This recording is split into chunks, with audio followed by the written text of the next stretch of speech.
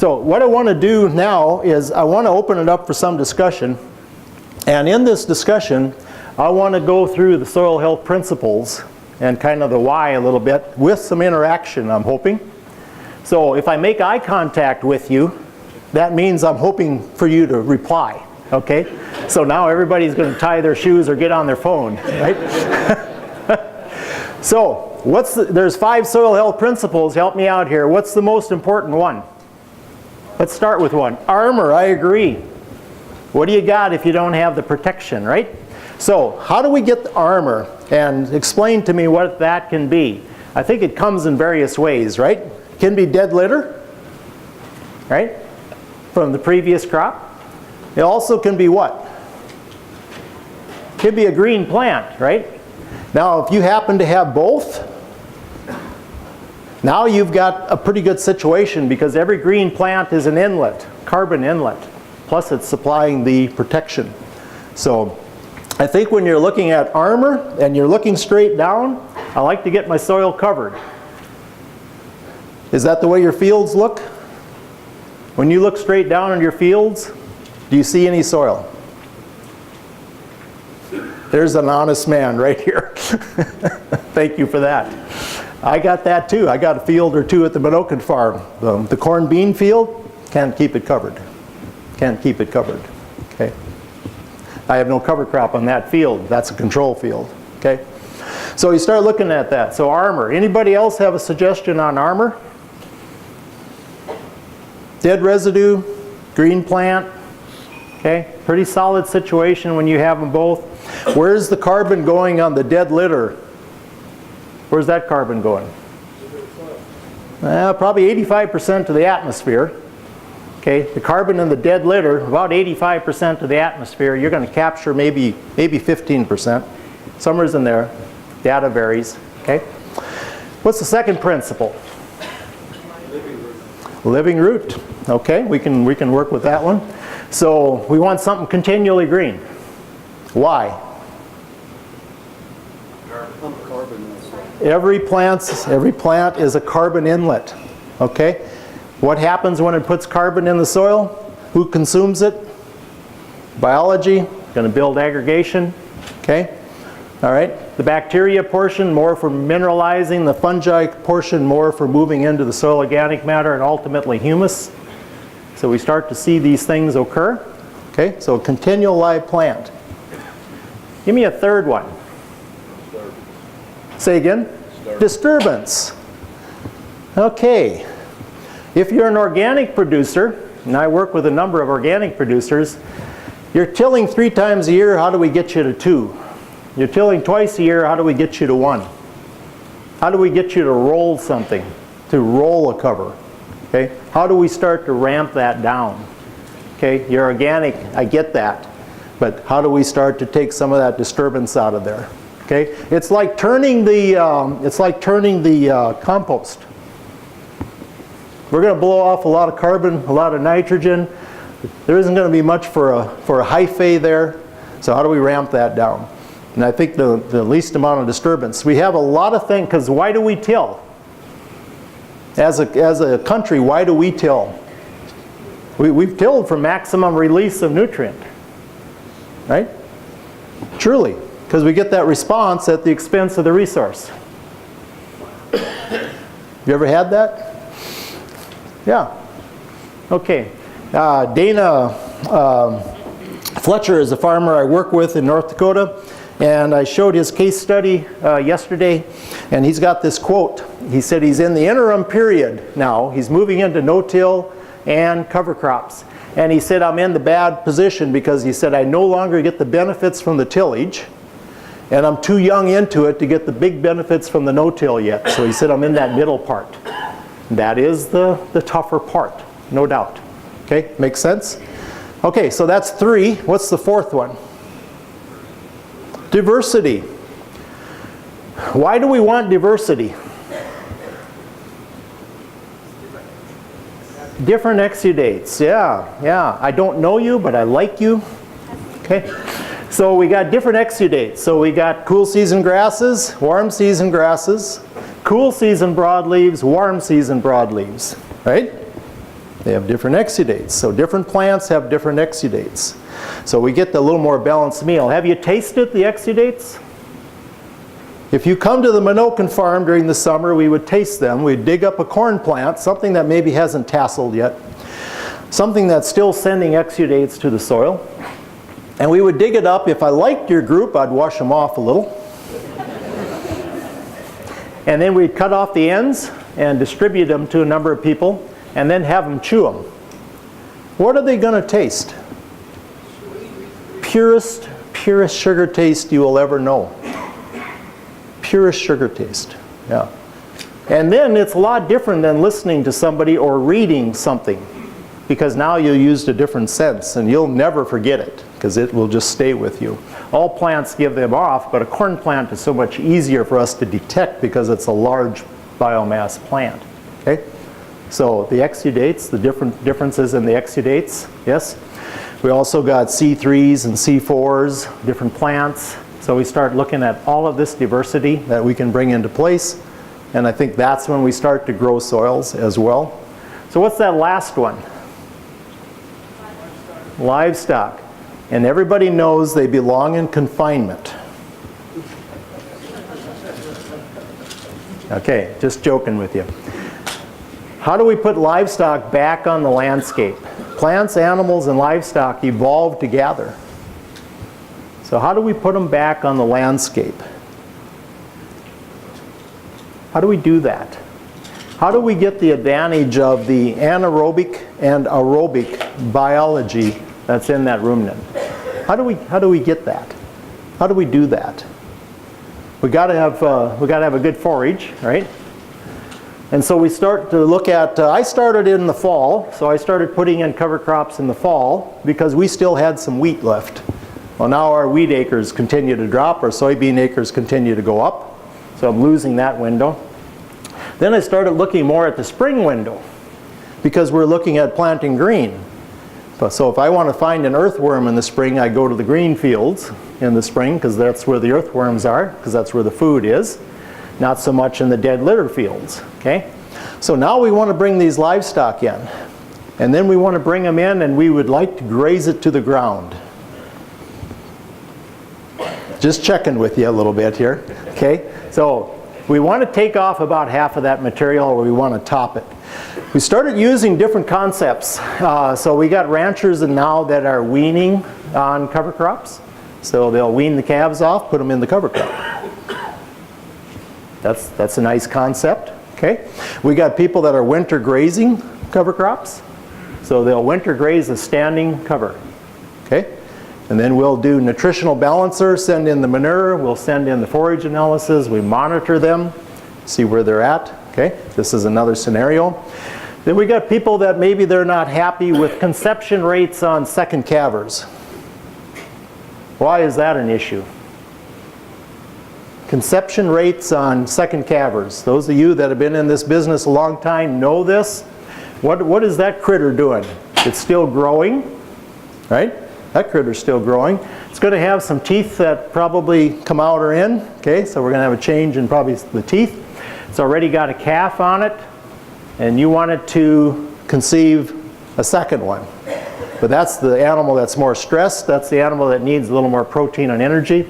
So now we're bringing that type of group into covers a month before we turn the bull in. So we can bring up the protein and energy level on them. It's like a flushing, okay? And it improves our conception rates. So we can do some of those type things with livestock integration, okay? Anybody grazing sheep and cattle together? Okay. Right here? Okay. You dead end each other's parasites? Okay, that's one of the concepts, you know, with sheep and cattle. They'll dead end each other's parasites, so that's something that hopefully with time it does occur. But what I like about it is you get the diversity of animals, you get the diversity of their biology, and I think when we start looking at soil health principles, livestock integration usually doesn't start out as the most important one, but ultimately ends up as the most important one. Ultimately. Okay? So 5 principles. Okay? Anybody winter grazing Anybody winter grazing? We had some over here. Okay, what are you winter grazing? Cattle? Beef cattle? Okay, okay. All right, that brings us to the end of the soil health principles. And what I'd like to do, if we got some time left yet, okay. What I'd like to do is just open it up for discussion and conversation. And we'll do it like we do in North Dakota. Anything's fair game. And whatever comes out of you, that's fine. So let's open it up. Let's spend a little bit of time. I think this is a time for us to come together and help support each other. So tell me what you're doing right there. Yes, sir.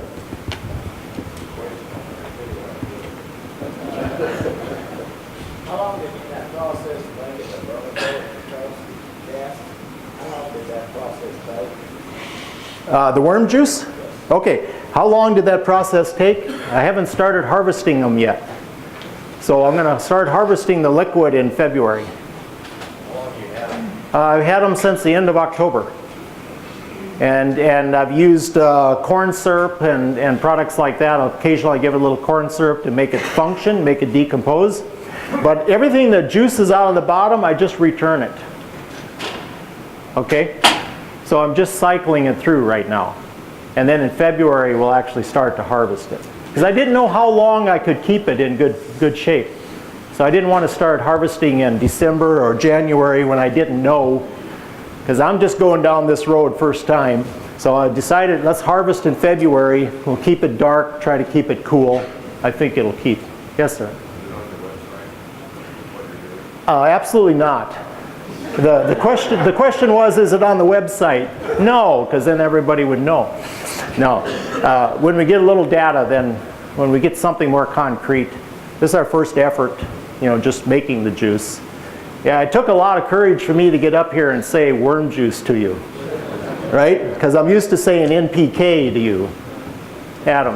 What are you expecting on your yields, and what's going to be your expected rates on your Adam is asking, what's the expected impact on yield? What's the expected application rate?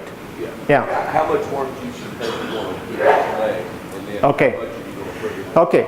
That precision planter can go up to 5 gallons an acre.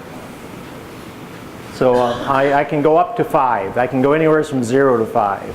Okay? And then we'd like to put a second application on as a foliar during the growing season.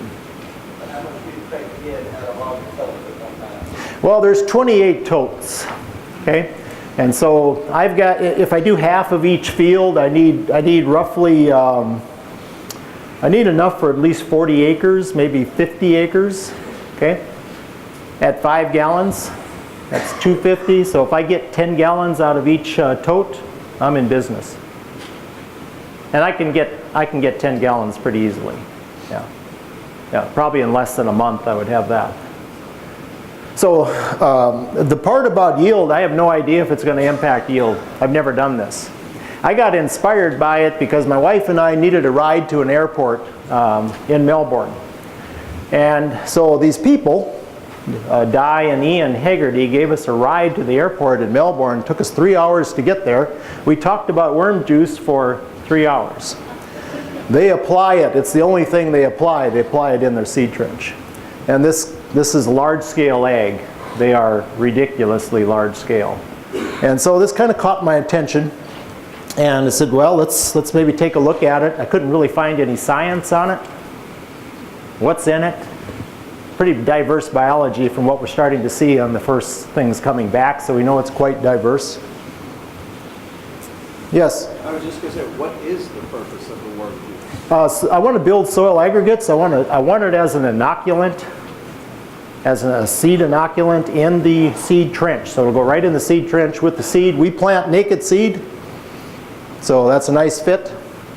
So we have no seed treatments. And I want that to build soil aggregation in the seed trench and create a nice environment for a good start. Yes? You haven't had an analysis done, or have? We got some in right now. We got some early stuff kind of coming back. I don't expect a lot of any one thing. I'm thinking we're going to have a lot of little things. But on some of the early biology that's coming back, there's a lot of biology. and a lot of diverse biology. Everything's going through the earthworm's stomach. So do you expect the finished product to be temperature sensitive? I don't know. The question is, will it be temperature sensitive? I don't know. I think what we're looking at is, I want to keep it cool. I'll probably try to keep it dark and cool. And in North Dakota this morning was 31 below, so I don't think I'll have a big problem maybe, but It used to be 105 in North Dakota too, though. it does in July.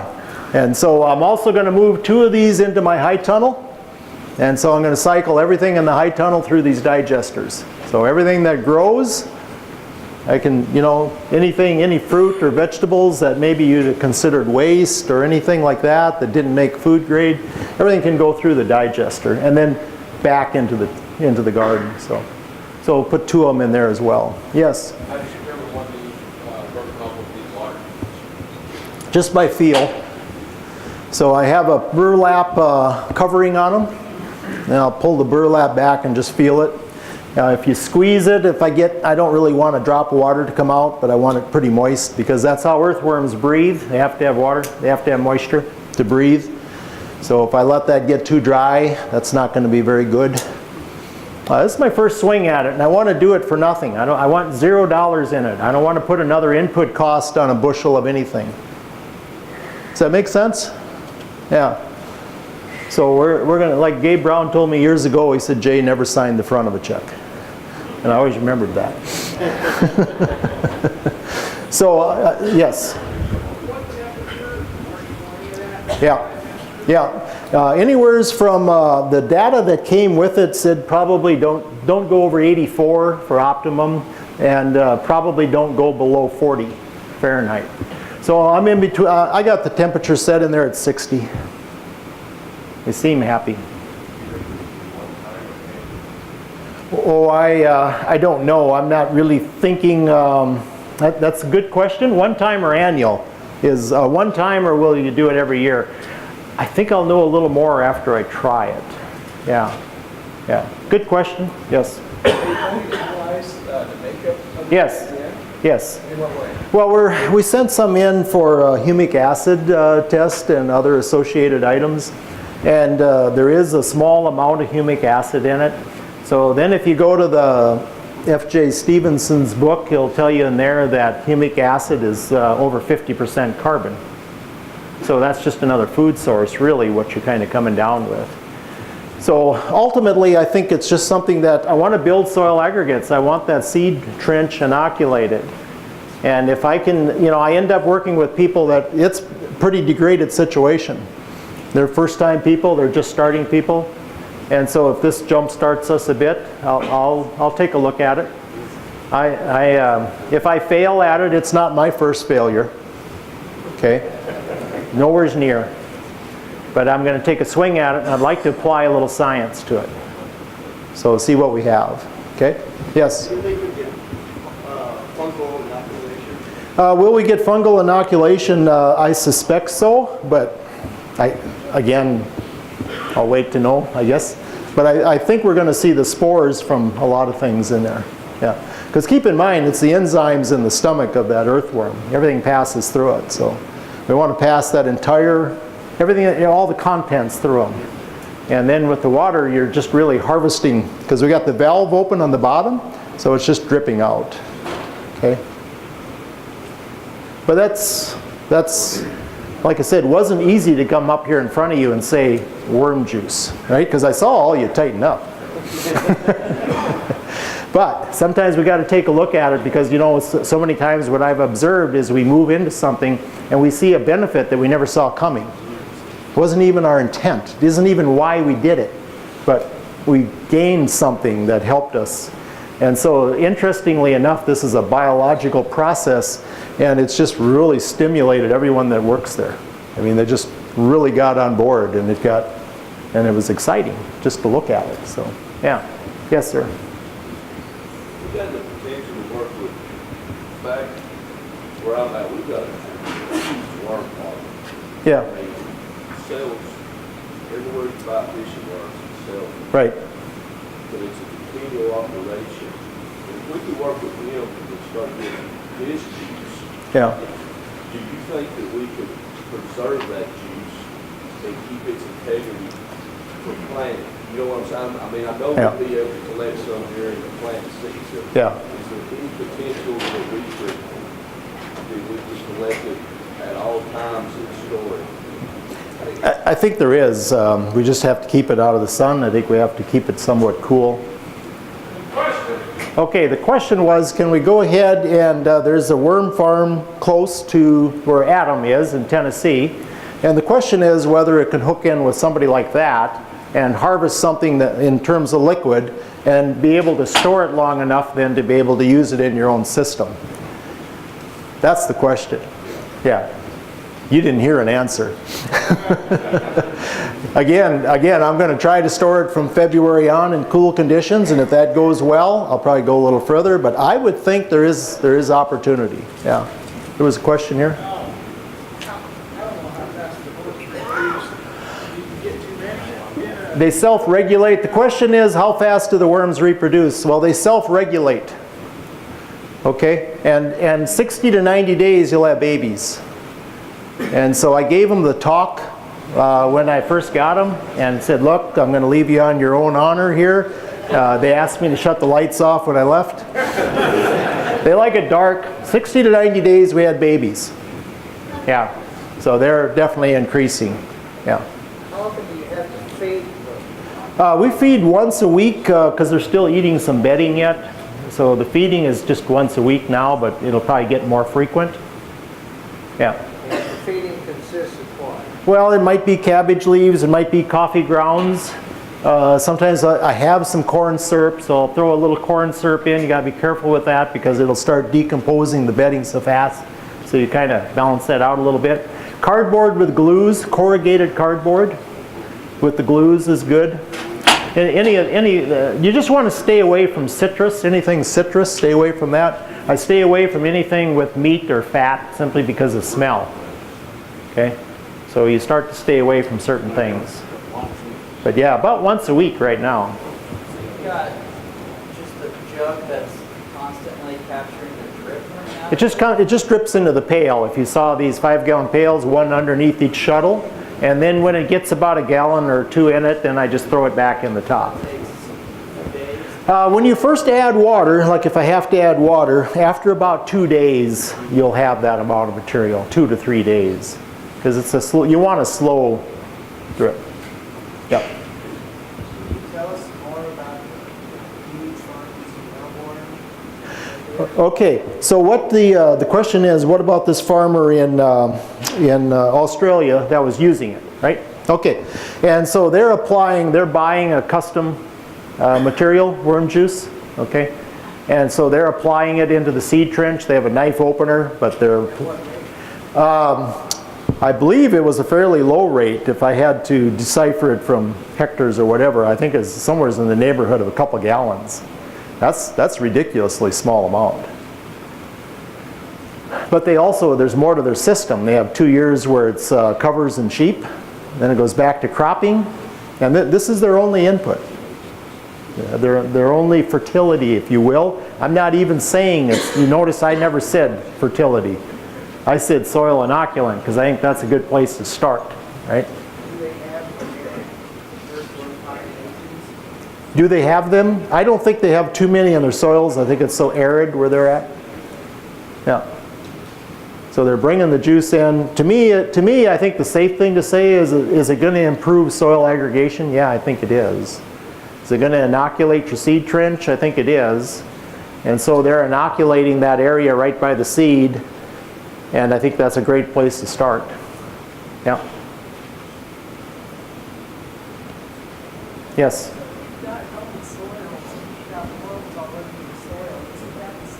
That's a great comment. I think what you're going to find is if you've already brought these soils up to a real high level, I think you'll see less of an impact, I think. But my monitoring in the future will pick that up for me. But I don't, the question was if you already have good soils, are you going to see that impact? I think you'll see less. I would think the more degraded you are, the more likely you are to see the impact, I think. Yeah. But again, I've never done it. Switch gears a bit more. Yeah. about the fertility program on the Minokan farm, Yeah. and many of them heard what Dave's been able to accomplish Yeah. without additional synthetic inputs. We've been able to duplicate that on the Minokan farm, and what are other producers in the area doing to try to mimic that, or at what level? Okay, the question is, what about fertility, full fertility on the Minokan farm versus like what Gabe Brown has done versus what any other farmer has done? Okay, here's what I can tell you. You know, Gabe went to zero a number of years ago. Okay, so he hasn't applied fertility. I'm applying fertility through the compost process. Okay, so I'm using a carbon-based fertility. All right, and so I went kind of more that route, if you will, and I don't know of another farmer in the area that's gone to zero. What I think has become more common is taking a closer look after the principles are applied and doing a reduction. And so what's been more common is some reduction in fertility. And I think what Gabe efforts have done is opened up the door to that. And so I ran trials on the Haney analysis for 3 years on different farms in the area, and we did some reduction on that for 3 years. Nobody accepted it at the end and made the total change. Okay, so they still went full fertility after that trial, right? But what is more common is the people that have gone down the road a ways.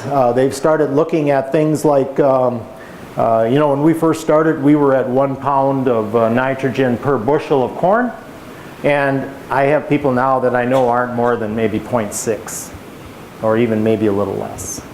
And so we started looking, there's been more of a stepping down, which I think has been really wonderful. And then there's others have never changed. It's full fertility input, you know. We got everything imaginable. But we do have some people now that have done the reduction. Yeah, definitely. Not to the point Gabe's done. Yeah. And then also, I think if you do that, you got to be willing to be content with that yield. You know, are you satisfied with that yield? And I think that's a big part of it too. You know, Gabe's running it through the livestock. Yeah. Okay, we're getting real close to the end of my time here. We got time for a couple questions yet? Yes, sir. We're composting the feedlot and applying it instead of 20 tons, maybe a ton and a half or even a ton an acre, and getting great benefits from that, almost as much as we would see with a big heavy rate. Yeah. Do you have any comments on that? Yeah, the smaller rates, I think David Johnson's work speaks to that on compost at the smaller rates. And so his question was, he's at what, ton and a half compost rate? Do you realize how small that is? That's like putting pepper on an egg. It's that small, you know, on the soil surface. It's really small. But it speaks to the quality of the product as well. Okay, yeah. We don't have a weed seed. The weed seeds are going to sterilize Right. what we eat. Yep. Weed seeds have been taken out in the compost process. Yeah. Yeah. So you're doing a good job. Any last comment? Derek? The question is, how many smart farmers are on that planter? I think there's 4. Spread across, roughly half. On that compost or do you think it's going to be adding microbes to the soil, or do you think it's going to be stimulating the microbes that are already in there? I think it'll do some of each. Yeah, but it's definitely going to be adding. Looking at some of the preliminary information coming in on the biology, pretty diverse. So we're going to be adding biology. There's no question of that now in my mind. Will we be? Yes. And then there's a small amount of humic acid. There's some food in those terms. So I think it's going to do a little bit of each, but I've never done it before. Yes? Will your biology or microbes, are you anticipating that living through the application process? Yeah, the question is, will the biology live through the application process? Most of these are like spores in a liquid. So I think that's going to give us a pretty good scenario. Different pumps are more or less difficult on biology, but I think here we're looking at something pretty minute, so it gives us a pretty good chance, I think. Yeah. hopeful of that, yes. But it's the monitoring. Last question. Think you can keep your tanks going for a couple of years? Keep what going? You said the worms. Do you think I'll keep them going for years? Yeah, I want to move them outside into like an old gravity box or something that I can plumb on the bottom. Yeah, and I want it for nothing. I don't want to pay for it. Okay, yes, You use the totes, those are cheap and available. yes. Is there a reason to have that size container for temperature management, or could it be bigger? Okay, the question is, could it be bigger than the tote? Absolutely it can be, yeah. I think the smaller one to me was easier to start with for us, and then I can put different foods in different totes. And so there was kind of the thought, because what we feed them I think is going to make a big difference in what comes out in the bottom as well. So one of the reasons to go with all those different totes was not all my eggs are in one basket. Yeah. And then we can kind of look around at it, because I think I can influence what comes out by the food that goes in the top. Dan. Hey Jay, I've got some areas of my fields where I've got 900 square foot, 9 buckets. Yeah. Do I need to Yeah, I think just like the lady over here said, you know, if you already have this really high quality, you know, you brought the soil health level up tremendously already through your efforts. I'm just never done this, but I'm just thinking you're not going to see the same impact as somebody with a degraded scenario. So the goal would be to get those night crawler populations to spread across the whole field. Yeah, and especially, you know, where are you going to start the plant out at? You know, it's in the seed trench, and that's what I like about this. I'm going to impact the seed trench directly with the seed. So I'm not trying to come along later when the plant's already, ship left the harbor. But good question. Good question. Are you going to harvest the castings? Yeah, the question is, are we going to harvest the castings? I'm hoping most of the castings come out as liquid in the bottom. So yes, either way. Will we eventually have to empty out these shuttles because of the solids that didn't liquefy? Could be. I don't know. Maybe once a year or something. I don't know.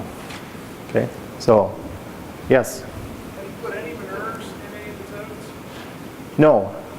Too high nitrogen content, or No, I just don't have any. just don't have any? But I do put some compost in it. Like a grit, kind of. I do put a small amount of compost in with it. It's like an inoculant, right? And just to accelerate the biology from the compost, then transfer it into the tote. Yeah, so just to help that process. But I don't have any manure available to do that with, but if I did, I think that'd be fine. Along those same lines, what are your thoughts on commercially available inoculants, both for the soil, but maybe also help them start? Commercially available inoculants or bioproducts or live products. You always want to keep in mind, one of the reasons I want to do my own cooking here is the amount of biology that can be replicated in a petri dish is extremely small. So when you buy that product, you're buying that piece that can be replicated, which is very small. And if you're going to have an impact from it, it's most likely going to be, and what we just talked about here, is that if you have a degraded field, you're more likely to see the impact than if you have high level. Yeah. That's just old man thinking. One last question. Okay, then if we don't, I have the last question, last comment. I want to thank you for what you do. Thanks for what you do. And I think when I look at this whole big picture, I see this as we are all in this together. And we all come together periodically like this, which we have to thank No-Till on the Plains for running a well-oiled machine that brings us here. But I think we're all looking at, if you look around, you're going to see us sitting right beside you. And we're all going down this road because we know we can no longer just conserve it. It's too degraded. We have to figure out how to regenerate it. We have to do that. I don't think there's even an option on that. And so if we come together and we listen to all these great speakers that we have here, we glean out things, and then sometimes we quietly go home and we apply it. I've seen that many times. And so how do we bring this all together And I think we have to appreciate being here with each other. So helps fulfill me just being around all of you. So I appreciate that, and thank you, Steve.